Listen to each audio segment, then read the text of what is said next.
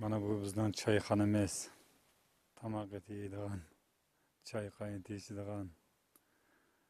Mana bu bizningki qo'mondonlik shtab. Oshxona tamak etiydigan, uxlab yetib qoladigan yerimiz mana shu. Jihad qildigan yerimiz mana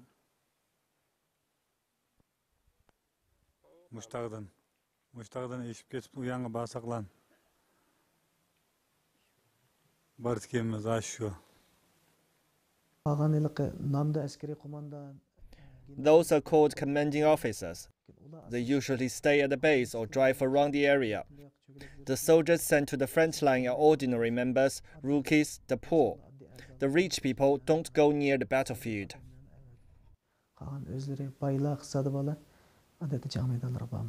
Mardan recalls that at the beginning, when the terrorist organization persuaded them to join, it promised them justice, equality, friendship, and mutual assistance. But the actual situation is quite the opposite, as the private cook for the East Turkestan Islamic movement leader, Abduyali's life was very different. We lived better as we lived with the boss. For example, we had meat with noodles for each meal as well as fresh fruit and drinks, much better than what the others got. And how do ordinary members live? We had meat once a month or every fortnight, but sometimes there was no meat or only once in 2 or 3 months.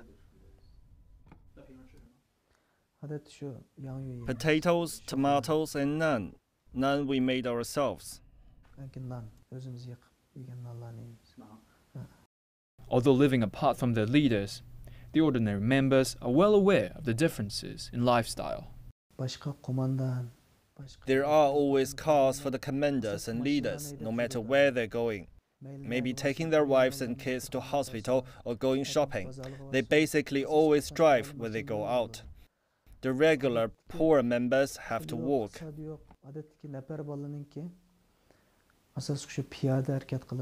Many East Turkestan Islamic movement members have been killed in the course of carrying out terrorist attacks. East Turkestan Islamic movement claims that it will take good care of the widows of these so-called martyrs. The reality is, though, that a woman who has lost her husband has no control over her fate. Life for a widow is difficult as she'll always face problems. For example, a woman can't go to hospital alone, not like in our country where we can go to hospital by taxi or by ourselves. They must be taken to a hospital. They can't go to the market and buy things like food and vegetables by themselves. A woman must have a man to buy food and vegetables for her. That's how restricted women are. And their children can't be educated.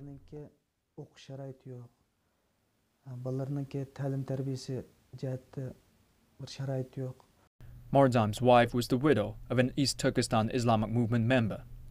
Forcing widows to remarry is very common in East Turkestan Islamic movement. It so happened that one widow in the East Turkestan Islamic movement resorted to selling her body to earn the money for raising her children. Eventually, the East Turkestan Islamic movement leader called for her to be executed in the name of Sharia law. I tried to talk them out of it. I asked, why are you doing this? Is it right? They said, don't get involved. It may influence our business. And they called me out in front of everyone. They forced me to admit I was wrong. If you don't, it may cost you your life. I was scared and said I was wrong. Then they called out 20 or 30 people and declared me a sinner. I received 89 lashes. Now, despite being in detention center, Mardan feels much safer than he did in the overseas terrorist base. During the interview, he asked to say something to his parents, who he hasn't seen for 4 years.